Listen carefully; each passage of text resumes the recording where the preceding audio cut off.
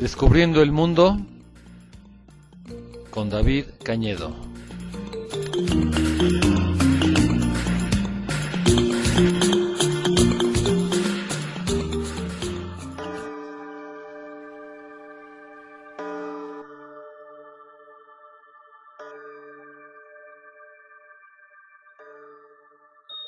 Hola, ¿qué tal? Estamos aquí como todos los miércoles a las 5:30 de la tarde en su programa Descubriendo el Mundo.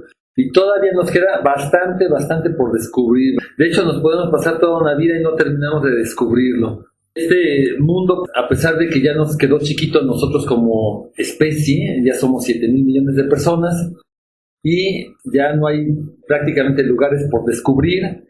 Como especie, repito, ya hemos poblado prácticamente todos los rincones del planeta. Todavía hay algunos que están muy aislados, muy inhóspitos, como en la Antártida o en algunas regiones realmente muy alejadas, pero el ser humano se ha adaptado a prácticamente todos los ecosistemas y en cualquier lado que vayamos, últimamente vamos a encontrar gente. Pero a nivel individual sigue siendo un planeta bastante grande. Una persona podría pasarse toda la vida viajando y no podría ir a todos lados. Les estaba yo hablando la semana pasada de este concepto de la huella ecológica, que es el impacto que todos y cada uno de nosotros, individual y colectivamente, tenemos en el medio ambiente. Y les estaba yo diciendo cómo los recursos del planeta son limitados y estos recursos pues ya sabemos que están muy mal repartidos y hay países y dentro de esos países hay personas que consumen muchos más recursos que otros. Bueno, eso es al parecer inevitable. Y hay países como Estados Unidos, por ejemplo, que tiene el 5% de la población mundial y consume la tercera parte de los recursos del planeta. Entonces, si todas las personas del mundo aspiran a vivir con un estilo de vida comparado al de los Estados Unidos, no nos alcanza el planeta Tierra. Se necesitarían unos 4 o 5 planetas Tierra simplemente para que todas las personas de este mundo pudiéramos vivir de acuerdo al estilo de vida que tienen allá en Estados Unidos. Y ya sin necesidad de vivir con ese estilo de vida de Estados Unidos, simplemente, por ejemplo, aquí en México yo les decía que la huella ecológica de México está por encima del promedio mundial. Así en México, a pesar de las carencias, a pesar del hambre que todavía hay en algunas regiones, a pesar de la pobreza y de lo que sea, pero en realidad, si toda la gente del mundo viviera con el promedio de vida que tenemos aquí en México, tampoco nos alcanzaría el planeta Tierra. Se necesitaría un planeta y medio más o menos. Bueno, entonces aquí entra en juego un segundo concepto del que ya les he hablado anteriormente, que es el de la sustentabilidad. Si resulta que estamos consumiendo más recursos de los que este planeta puede renovarse naturalmente, no estamos consumiendo los recursos supuestamente renovables a un ritmo mayor de lo que se pueden renovar y al mismo tiempo estamos consumiendo los recursos no renovables, que esos una vez que se terminen pues ya se terminaron para siempre, como son el petróleo, el carbón o el gas, todos esos recursos no renovables, una vez que nos los terminemos ya se terminaron para siempre. Entonces, si estamos consumiendo los recursos del planeta a un ritmo mucho mayor de la capacidad regenerativa del planeta, es evidente que nuestra sociedad moderna en conjunto no es sustentable a largo plazo o a mediano plazo. Lo que está permitiendo que nuestra sociedad moderna a nivel mundial no se colapse es el uso de los recursos que se han ido acumulando durante millones de años y que nosotros nos los estamos acabando a un paso impresionante.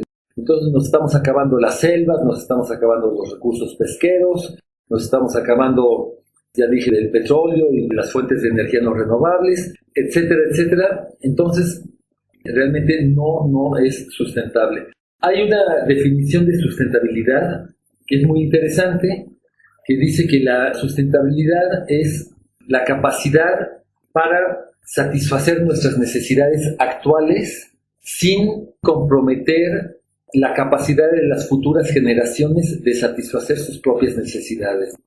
Si nos ponemos a ver que después de nosotros seguirán nuestros hijos y nuestros nietos y nuestros bisnietos, y que puede seguir habiendo vida en este planeta durante cientos o miles de años, entonces, ¿por qué en este momento nos estamos acabando todos los recursos que también nuestros hijos y nietos y bisnietos van a necesitar de ellos?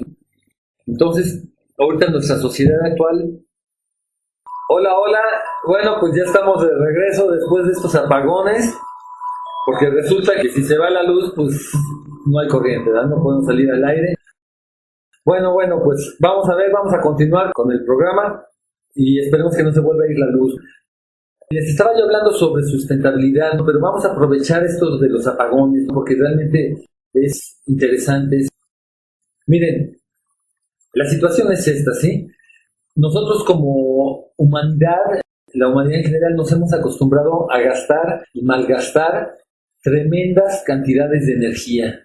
Ahorita el uso de energía per cápita, o sea, por persona, es muchas veces mayor que la energía que utilizaba una persona común y corriente hace 50 años, o hace 100 años, o hace 200 años, no se diga.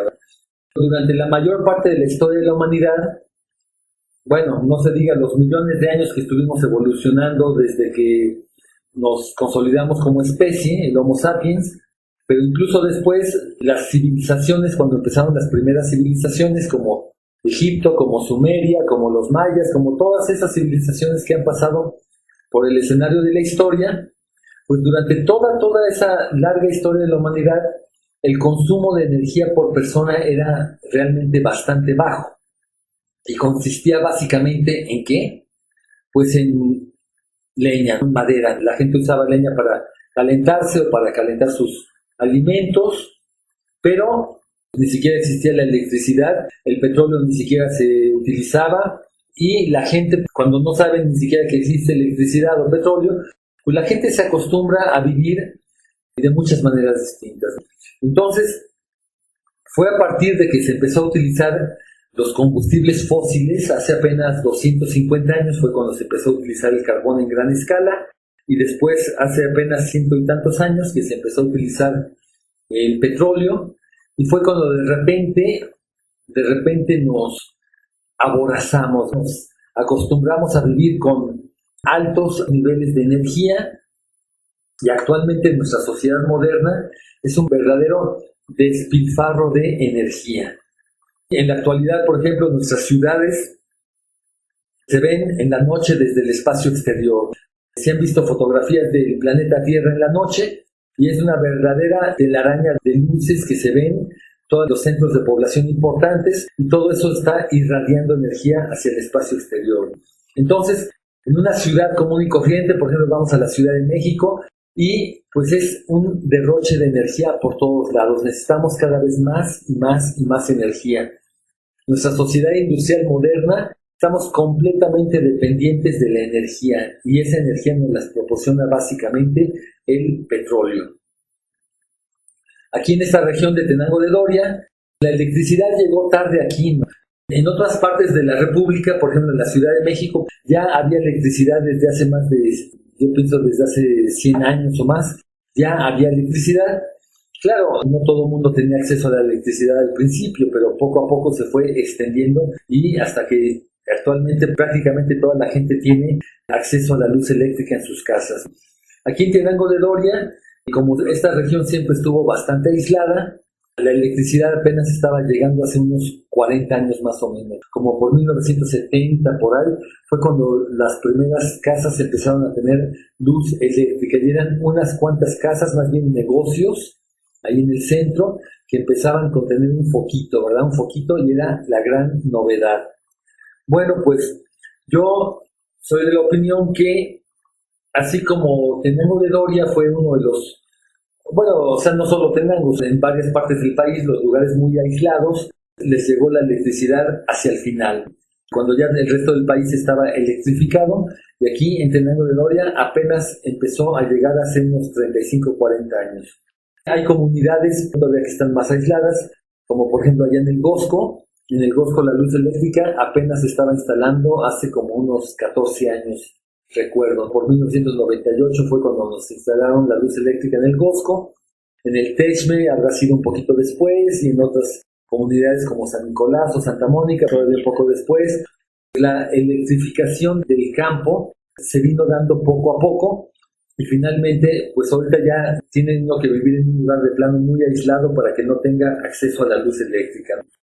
Pero así, de esto ya les he hablado en otra ocasión, así como Tenango fue uno de los últimos lugares donde llegó la luz eléctrica, también va a ser uno de los primeros lugares a las que nos la quiten permanentemente. Así como en esta región hay apagones muy seguido, acabamos de tener uno, se va la luz unos cuantos minutos, de repente se va unas cuantas horas, de repente se va un día completo, apenas hace 4 o 5 días estaba yendo la luz casi más de 12 horas, ya no me acuerdo cuánto fue, pero fue bastante rato. Entonces, resulta que la generación de energía eléctrica a nivel nacional, ahorita todavía nos damos abasto, pero dentro de algunos años, y no sabemos cuántos, pueden ser realmente unos pocos años, dentro de 5 años, dentro de 10 años, dentro de 15 o 20, no sabemos exactamente, pero no es demasiado tiempo. Va a empezar a haber escasez real de petróleo. De esto me parece que ya también se los decía yo en otra ocasión, que según los datos oficiales, México todavía va a seguir produciendo petróleo suficiente para atender la demanda nacional, más o menos durante otros 10 años, según datos oficiales. Ahorita aquí en México todavía seguimos exportando petróleo.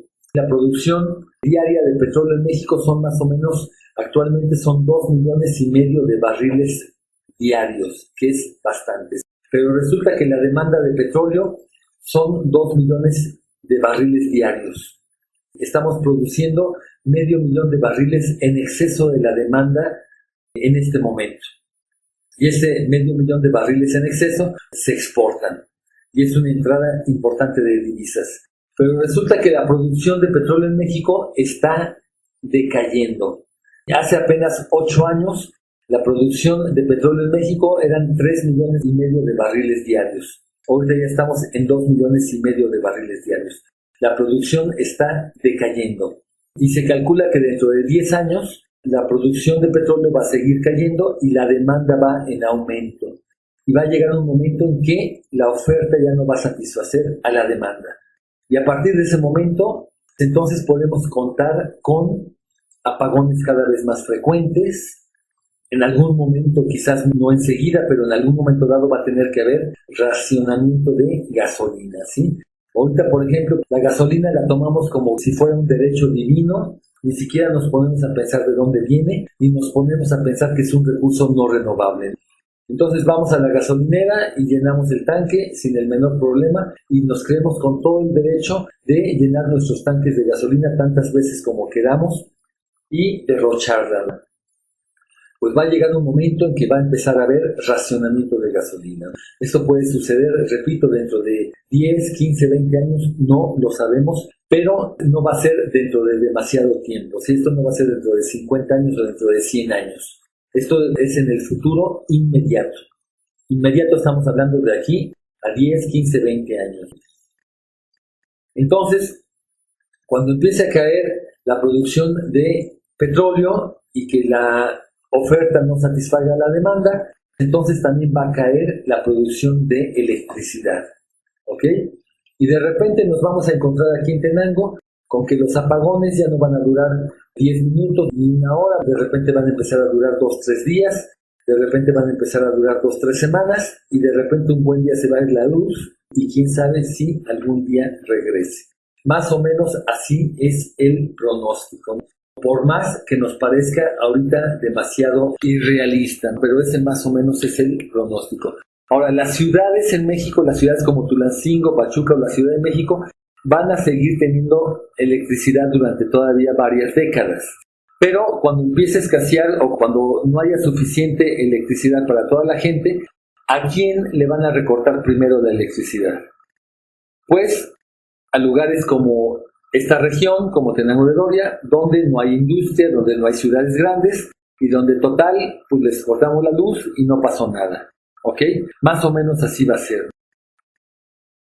El tema era la sustentabilidad, ya me puse a hablarles un poco de esto de los apagones, pero con todo esto que se fue la luz, nos desvió un poco del tema.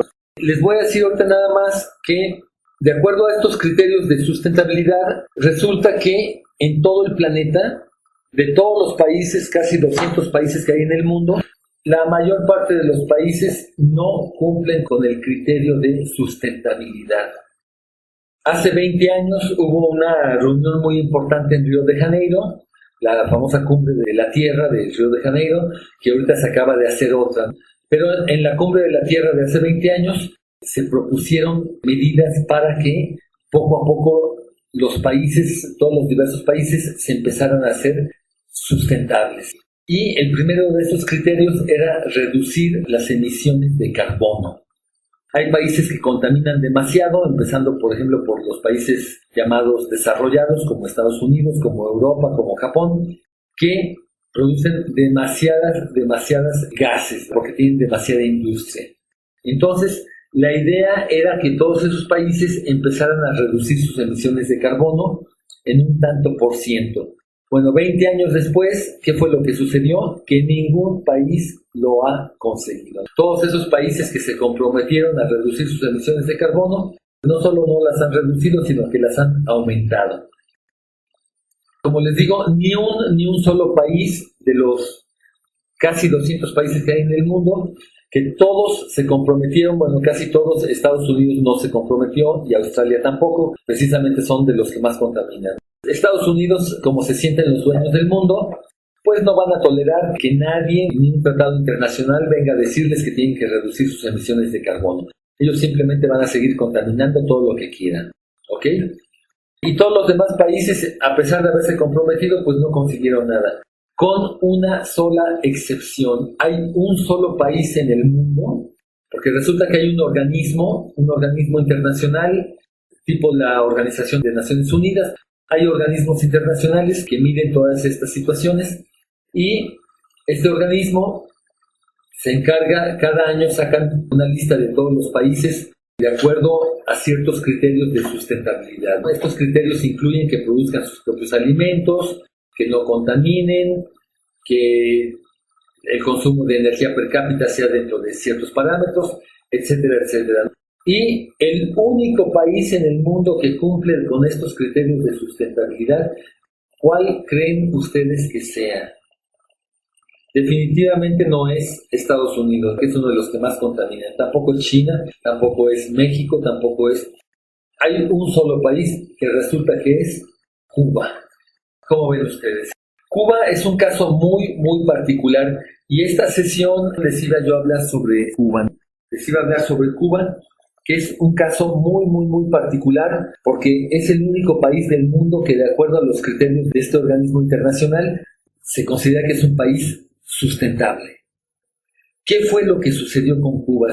Miren, Cuba es un caso muy, muy, muy particular y es toda una historia, pero ahorita ya como se nos está acabando el tiempo, entonces realmente no voy a empezar a hablar sobre esto. Entonces lo único que les voy a decir es que Cuba, tan lejano y tan cercano a México, tan cercano, está fuera de las costas de Yucatán. Vean ustedes el mapa, váyanse ustedes a Yucatán y ahí enfrentito está la isla de Cuba, a menos de 1 hora de vuelo en avión. En barco se han de hacer, pues no sé exactamente cuánto se haga en barco. Si sale uno del puerto de Progreso, por ejemplo, el puerto de Progreso en Yucatán, quizás le lleve un día completo llegar a las costas de Cuba. No sé exactamente cuánto se tarde, pero realmente no está demasiado lejos. Está tan cercano a México y sin embargo la realidad en Cuba es bastante, bastante distinta que aquí en México. Para empezar, ya sabemos que Cuba es un país que tiene un sistema socialista, ¿no? Y esto es muy importante tomarlo en cuenta. Para bien o para mal, el sistema socialista ha conseguido que Cuba sea una sociedad relativamente sustentable. Y esto es muy importante, pero de esto les voy a hablar la semana próxima. Ya en esta ocasión ya se nos fue el tiempo y pues entonces más bien los voy a dejar yo con una canción de Cuba. Cuba es país hermano, a fin de cuentas, ¿no?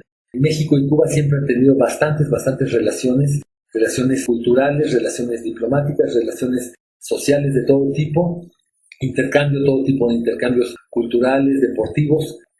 Muchos de los grandes próceres de Cuba han vivido temporadas largas en México Entonces es importante estar familiarizados con lo que está sucediendo en Cuba.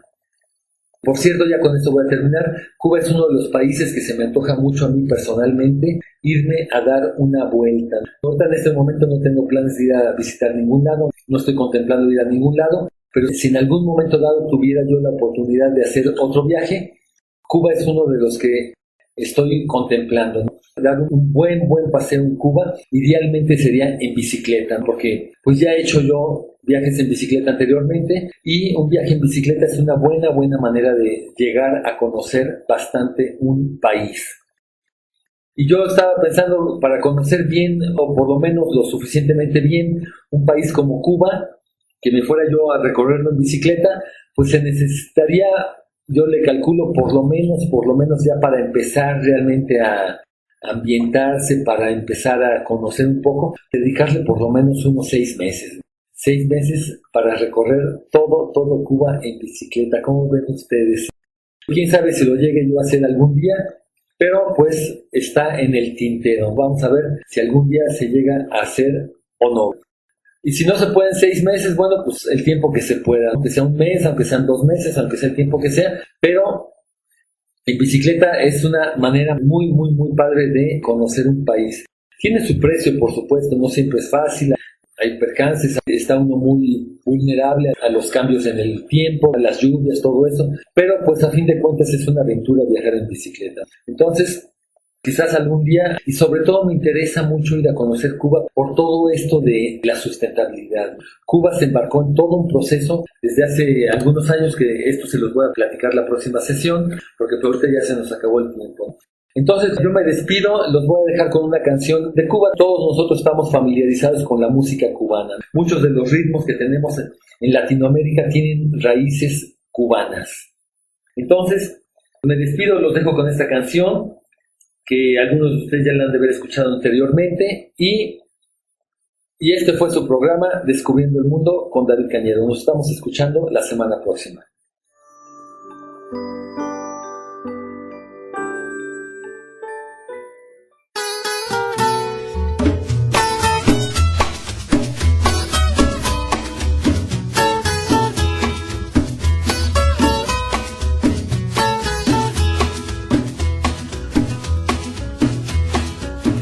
Oye, mi conga pa' bailar, oye, mi conga y la mejor, oye, mi conga pa' gozar, oye, mi conga y mi tambor.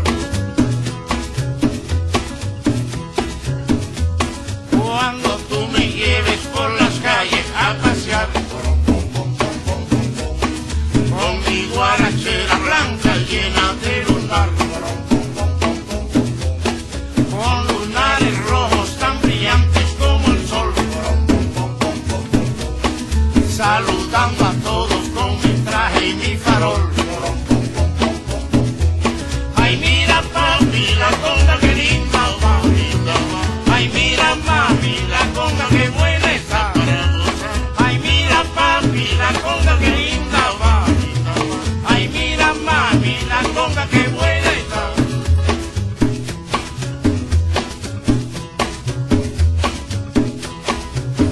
Oye, mi conga pa' bailar, oye, mi conga y la mejor, oye, mi conga pa' gozar, oye, mi conga y mi tambor. Cuando ya mi gente sienta mi conga pasar, de seguro tienen todos ganas de bailar. Gente de mi barrio criticando el carnaval, salen tras la cama disfrazada para arrollar.